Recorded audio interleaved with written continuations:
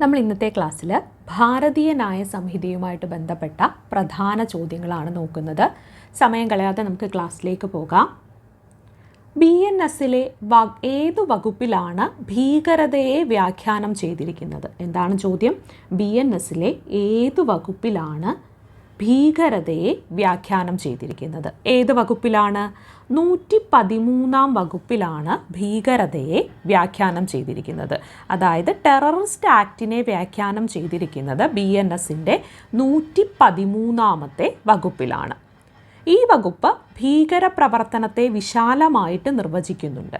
ഇന്ത്യയുടെ ഐക്യം, അഖണ്ഡത, പരമാധികാരം, സുരക്ഷ അല്ലെങ്കിൽ സാമ്പത്തിക സുരക്ഷ എന്നിവയെ ഭീഷണിപ്പെടുത്താനുള്ള ഉദ്ദേശത്തോടെ അല്ലെങ്കിൽ പൊതുജനങ്ങളിൽ ഭയം സൃഷ്ടിക്കാനുള്ള ഉദ്ദേശത്തോടെ ചെയ്യുന്ന ഏതൊരു പ്രവൃത്തിയും ഭീകരതയിൽ പെടും.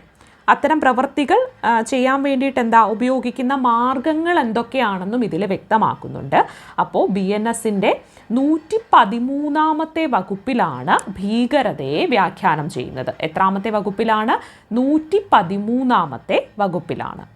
BNS വകുപ്പ് 114 എന്തിനെയാണ് വ്യാഖ്യാനം ചെയ്യുന്നത്? BNSൻ്റെ വകുപ്പ് 114 ക്ഷതം അല്ലെങ്കിൽ ഹർട്ടിനെയാണ് വ്യാഖ്യാനം ചെയ്യുന്നത്. എന്താണ് ഈ ക്ഷതം അല്ലെങ്കിൽ മുറിവ് എന്നതുകൊണ്ട് ഉദ്ദേശിക്കുന്നത്? ഒരു വ്യക്തി മറ്റൊരു വ്യക്തിക്ക് ശാരീരിക വേദനയോ രോഗമോ അല്ലെങ്കിൽ ഏതെങ്കിലും തരത്തിലുള്ള അവശതയോ ഉണ്ടാക്കിയാൽ അത് മുറിവായിട്ട് കണക്കാക്കപ്പെടുന്നുണ്ട്. അപ്പോൾ BNSൻ്റെ വകുപ്പ് 114 എന്തിനെയാണ് വ്യാഖ്യാനം ചെയ്യുന്നത്? ക്ഷതം, മുറിവ്, അതിനെയാണ് വ്യാഖ്യാനം ചെയ്യുന്നത്. മനഃപൂർവ്വം ക്ഷതമേൽപ്പിക്കുന്നതിനുള്ള ശിക്ഷ എത്ര വർഷം വരെയാണ്? മനഃപൂർവ്വം ക്ഷതമേൽപ്പിക്കുന്നതിനുള്ള ശിക്ഷ എന്ന് പറയുന്നത് 1 വർഷം വരെയാണ്. BNSലെ വകുപ്പ് 127 അനുസരിച്ച് വ്യാഖ്യാനിക്കുന്ന കുറ്റം എന്താണ്? BNSലെ വകുപ്പ് 127 അനുസരിച്ച് വ്യാഖ്യാനിക്കുന്ന കുറ്റം എന്ന് പറയുന്നത് തെറ്റായ തടങ്കലാണ്. എന്താണ്? തെറ്റായ തടങ്കലാണ് BNSൻ്റെ വകുപ്പ് 127 അനുസരിച്ച് വ്യാഖ്യാനിക്കുന്ന കുറ്റം. അപ്പോൾ BNSലെ ഏത് വകുപ്പിലാണ് ഭീകരതയെ വ്യാഖ്യാനം ചെയ്യുന്നത്? 113. BNSലെ വകുപ്പ് 114 എന്തിനെയാണ് വ്യാഖ്യാനിക്കുന്നത്? ക്ഷതം അല്ലെങ്കിൽ മുറിവ്, അതിനെയാണ് 114 വ്യാഖ്യാനിക്കുന്നത്. മനഃപൂർവ്വം ക്ഷതമേൽപ്പിക്കുന്നതിനുള്ള ശിക്ഷ എത്ര വർഷം വരെയാണ്? 1 വർഷം വരെയാണ്. BNSൻ്റെ വകുപ്പ് 127 അനുസരിച്ച് വ്യാഖ്യാനിക്കുന്ന കുറ്റം എന്താണ്? തെറ്റായ തടങ്കലാണ് BNSൻ്റെ വകുപ്പ് 127 അനുസരിച്ച് വ്യാഖ്യാനിക്കുന്ന കുറ്റം. IPC വകുപ്പ് 149 സമാനമായ BNSലെ വകുപ്പ് ഏതാണ്? IPC വകുപ്പ് 149 സമാനമായിട്ടുള്ള BNSലെ വകുപ്പ് എന്ന് പറയുന്നത് 190. IPC 149 പറയുന്നത് എന്താ? നിയമവിരുദ്ധമായിട്ട് ഒരു സംഘത്തിലെ ഏതെങ്കിലും അംഗത്തിൻ്റെ പൊതു ഉദ്ദേശത്തെ പിന്തുടർന്ന് ഒരു കുറ്റം ചെയ്യുകയാണെങ്കിൽ അതാണ് IPC 149 പറയുന്നത്. അപ്പോൾ ഈ IPC 149 സമാനമായിട്ടുള്ള BNSലെ വകുപ്പാണ് 190. BNSലെ 191 വകുപ്പ് ഏത് കുറ്റത്തിനുള്ള ശിക്ഷയെ പറ്റിയാണ് പറയുന്നത്? BNSലെ 191 വകുപ്പ് ലഹളയുണ്ടാക്കൽ, അതിനുള്ള ശിക്ഷയെ പറ്റിയാണ് പറയുന്നത്. BNSലെ വകുപ്പ് 191 ലഹളയുണ്ടാക്കലുമായിട്ട് ബന്ധപ്പെട്ട ശിക്ഷയെ പറ്റിയാണ് പറയുന്നത്.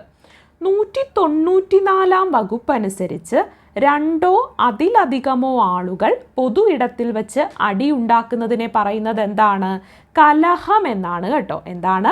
BNSലെ 194 വകുപ്പ് അനുസരിച്ച് 2 അതിലധികമോ ആളുകൾ ഒരു പൊതുസ്ഥലത്ത് വെച്ച് അടിയുണ്ടാക്കുകയാണ് എങ്കിൽ നമ്മൾ അതിനെ കലഹം എന്നാണ് ഈ BNS അനുസരിച്ച്. BNSലെ 194 വകുപ്പ് അനുസരിച്ച് 2 അതിലധികമോ ആളുകൾ പൊതു ഇടത്തിൽ വെച്ച് അടി ഉണ്ടാക്കുന്നതിനെ പറയുന്നത് കലഹം എന്നാണ്. ചില പ്രത്യേക കേസുകളിലെ ഇരകൾക്ക് ചികിത്സ നിഷേധിച്ചാൽ ഏത് വകുപ്പ് അനുസരിച്ചാണ് ശിക്ഷ ലഭിക്കുന്നത്? എന്താണ് ചോദ്യം?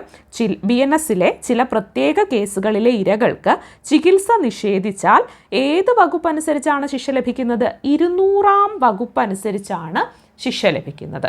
അപ്പോൾ IPC വകുപ്പ് 149 സമാനമായിട്ടുള്ള BNSലെ വകുപ്പാണ് 190. BNSലെ 191 വകുപ്പ് ഏതു കുറ്റത്തിനുള്ള ശിക്ഷയെ പറ്റിയാണ് പറയുന്നത്? ലഹള ഉണ്ടാക്കലിനുള്ള ശിക്ഷയെ പറ്റിയാണ് പറയുന്നത്.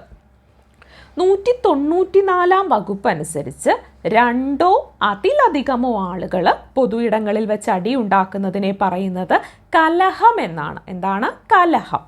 ചില പ്രത്യേക കേസുകളിലെ ഇരകൾക്ക് ചികിത്സ നിഷേധിച്ചാൽ ഏത് വകുപ്പ് അനുസരിച്ചാണ് ശിക്ഷ ലഭിക്കുന്നത്? BNSലെ 200 വകുപ്പ് അനുസരിച്ചാണ് ശിക്ഷ ലഭിക്കുന്നത്. ക്ലിയർ ആയല്ലോ? അടുത്ത ക്വസ്റ്റ്യൻ നോക്കാം നമുക്ക്. IPC 170 വകുപ്പ് അനുസരിച്ച് പൊതുജന സേവകരായി ചമയുന്നതിനുള്ള ശിക്ഷയ്ക്ക് സമാനമായ BNSലെ വകുപ്പ് ഏതാണ്? ചോദ്യം എന്താണ്? IPCയിലെ ഇന്ത്യൻ പീനൽ കോഡിലെ 170 വകുപ്പ് എന്ന് പറയുന്നത് പബ്ലിക് സെർവൻ്റായിട്ട് ചമയുന്നവരില്ലേ, പൊതുജന സേവകരായിട്ട് ചമയുന്നതിനുള്ള ശിക്ഷയാണ് ഇന്ത്യൻ പീനൽ കോഡിൽ 170 വകുപ്പ് പറയുന്നത്. ഇതിന് സമാനമായിട്ട് ഭാരതീയ ന്യായ സംഹിതയിൽ BNS ഭാരതീയ ന്യായ സംഹിതയിൽ പറയുന്ന വകുപ്പ് ഏതാണ്? വകുപ്പ് 204 അപ്പോൾ എന്താണ് ചോദ്യം? ഇന്ത്യൻ പീനൽ കോഡിലെ 170 വകുപ്പ് എന്ന് പറയുന്നത് പബ്ലിക് സെർവൻ്റായിട്ട് ചമയുക, പൊതുജന സേവകരായിട്ട് ചമയുന്നതിനുള്ള ശിക്ഷയാണ് ഇന്ത്യൻ പീനൽ കോഡിലെ 170 വകുപ്പ് പറയുന്നത്. ഭാരതീയ ന്യായ സംഹിതയിൽ ഈ 170 വകുപ്പിന് സമാനമായിട്ടുള്ള വകുപ്പ് ഏതാണെന്നാണ് ചോദിക്കുന്നത്. അത് BNSൽ 204. ക്ലിയർ ആയല്ലോ? BNSലെ ഏതു വകുപ്പിലാണ് തെറ്റായ വിവരം ഉണ്ടാക്കുന്നതിനുള്ള ശിക്ഷയെ പറ്റി പറയുന്നത്? BNSന്റെ 212 വകുപ്പിലാണ് തെറ്റായ വിവരം ഉണ്ടാക്കുന്നതിനുള്ള ശിക്ഷയെ പറ്റി പറയുന്നത്. എന്താണ് തെറ്റായ വിവരം ഉണ്ടാക്കുന്നതിന് ഉള്ള ശിക്ഷയെ പറ്റി പറയുന്നത്? BNSലെ ഏത് വകുപ്പിലാണ്? 212 വകുപ്പിലാണ് തെറ്റായ വിവരം ഉണ്ടാക്കുന്നതിനുള്ള ശിക്ഷയെ പറ്റി പറയുന്നത്. BNSലെ വകുപ്പ് 227 എന്തിനെ പറ്റിയാണ് പറയുന്നത്? BNSലെ വകുപ്പ് 227 തെറ്റായ തെളിവ്, ഫോൾസ് എവിഡൻസ്, തെറ്റായ തെളിവിനെ പറ്റിയാണ് BNSലെ വകുപ്പ് 227 പറയുന്നത്. BNSലെ ഏത് വകുപ്പിലാണ് തെറ്റായ വിവരം ഉണ്ടാക്കുന്നതിനുള്ള ശിക്ഷയെ പറ്റി പറയുന്നത്? അത് വകുപ്പ് 212. BNSലെ വകുപ്പ് 227 പറയുന്നത് എന്താ? തെറ്റായ തെളിവിനെ പറ്റിയാണ് BNSലെ വകുപ്പ് 227 പറയുന്നത്. IPC 170 വകുപ്പ് അനുസരിച്ച് പൊതുജന സേവകരായിട്ട് ചമയുന്നതിനുള്ള ശിക്ഷയ്ക്ക് സമാനമായ BNSലെ വകുപ്പ് ഏതാണ്? 204. ഏതാണ്? 204. IPC 149 സമാനമായിട്ടുള്ള BNSലെ വകുപ്പ് 190. BNSലെ 191 വകുപ്പ് പറയുന്നത് ലഹളയുണ്ടാക്കലിനുള്ള ശിക്ഷയെ പറ്റിയാണ്. എന്തിനെ പറ്റിയാണ്? ലഹളയുണ്ടാക്കുന്നതിനുള്ള ശിക്ഷയെ പറ്റിയാണ്. 194 വകുപ്പ് അനുസരിച്ച് രണ്ടോ അതിലധികമോ ആളുകൾ പൊതു ഇടത്തിൽ വെച്ച് അടിയുണ്ടാക്കുന്നതിനെ പറയുന്നത് കലഹം എന്നാണ്. ചില പ്രത്യേക കേസുകളിലെ ഇരകൾക്ക് ചികിത്സ നിഷേധിച്ചാൽ ഏത് വകുപ്പ് അനുസരിച്ചാണ് ശിക്ഷ ലഭിക്കുന്നത്? BNSലെ 200 വകുപ്പ് അനുസരിച്ചാണ് ശിക്ഷ ലഭിക്കുന്നത്. BNSലെ ഏത് വകുപ്പിലാണ് ഭീകരതയെ അല്ലെങ്കിൽ ടെററിസ്റ്റ് ആക്ടിനെ വ്യാഖ്യാനിക്കുന്നത്? 113 വകുപ്പാണ്. BNS 113ലാണ് ഭീകരതയെ വ്യാഖ്യാനം ചെയ്യുന്നത്. BNSന്റെ 114 ക്ഷതം അല്ലെങ്കിൽ മുറിവ്, ഹർട്ട്, അതിനെയാണ് വ്യാഖ്യാനം ചെയ്യുന്നത്. മനഃപൂർവ്വം ക്ഷതമേൽപ്പിക്കുന്നതിനുള്ള ശിക്ഷ എത്ര വർഷം വരെയാണ്? 1 വർഷം വരെയാണ്. BNS വകുപ്പ് 127 അനുസരിച്ച് വ്യാഖ്യാനിക്കുന്നത് തെറ്റായ തടങ്കലിനെയാണ്. എന്താണ്? BNS വകുപ്പ് 127 അനുസരിച്ച് ഏതെങ്കിലും ഒരാൾ മറ്റൊരാളെ തെറ്റായി തടഞ്ഞു വയ്ക്കുകയും ഒരു നിശ്ചിത ഭാഗത്തിന് അപ്പുറത്തേക്ക് പോകാൻ കഴിയാത്ത വിധമാക്കുകയും ചെയ്താൽ അയാൾ ചെയ്യുന്ന കുറ്റമാണ് തെറ്റായ തടങ്കൽ. എന്താണ് ഈ തെറ്റായ തടങ്കൽ എന്ന് പറഞ്ഞാൽ? BNSന്റെ വകുപ്പ് 127 അനുസരിച്ച് വ്യാഖ്യാനിക്കുന്ന കുറ്റം തെറ്റായ തടങ്കലാണ്. തെറ്റായ തടങ്കൽ എന്ന് പറയുമ്പോൾ ഏതെങ്കിലും ഒരാൾ മറ്റൊരാളെ തെറ്റായി തടഞ്ഞു വയ്ക്കുകയും ഒരു നിശ്ചിത ഭാഗത്തിനപ്പുറത്തേക്ക് പോകാൻ കഴിയാത്ത വിധമാക്കുകയും ചെയ്താൽ അയാൾ ചെയ്യുന്ന കുറ്റമാണ് തെറ്റായ തടങ്കൽ. അപ്പോൾ എന്താണ് BNSലെ 127 വകുപ്പ് അനുസരിച്ച് ഏതെങ്കിലും ഒരാൾ മറ്റൊരാളെ തെറ്റായി തടഞ്ഞു വയ്ക്കുകയും ഒരു നിശ്ചിത ഭാഗത്തിനപ്പുറത്തേക്ക് പോകാൻ കഴിയാത്ത വിധമാക്കുകയും ചെയ്താൽ അയാൾ ചെയ്യുന്ന കുറ്റമാണ് തെറ്റായ തടങ്കൽ. ക്ലിയർ ആയല്ലോ? അപ്പോൾ ഇത്രയും കാര്യങ്ങളാണ് ഇന്നത്തെ ഒരു ക്ലാസ്സിൽ BNSൽ നിന്ന് നമ്മൾ നോക്കുന്നത്. പ്രധാനപ്പെട്ട കുറച്ച് ക്വസ്റ്റ്യൻസ് ആണിത്.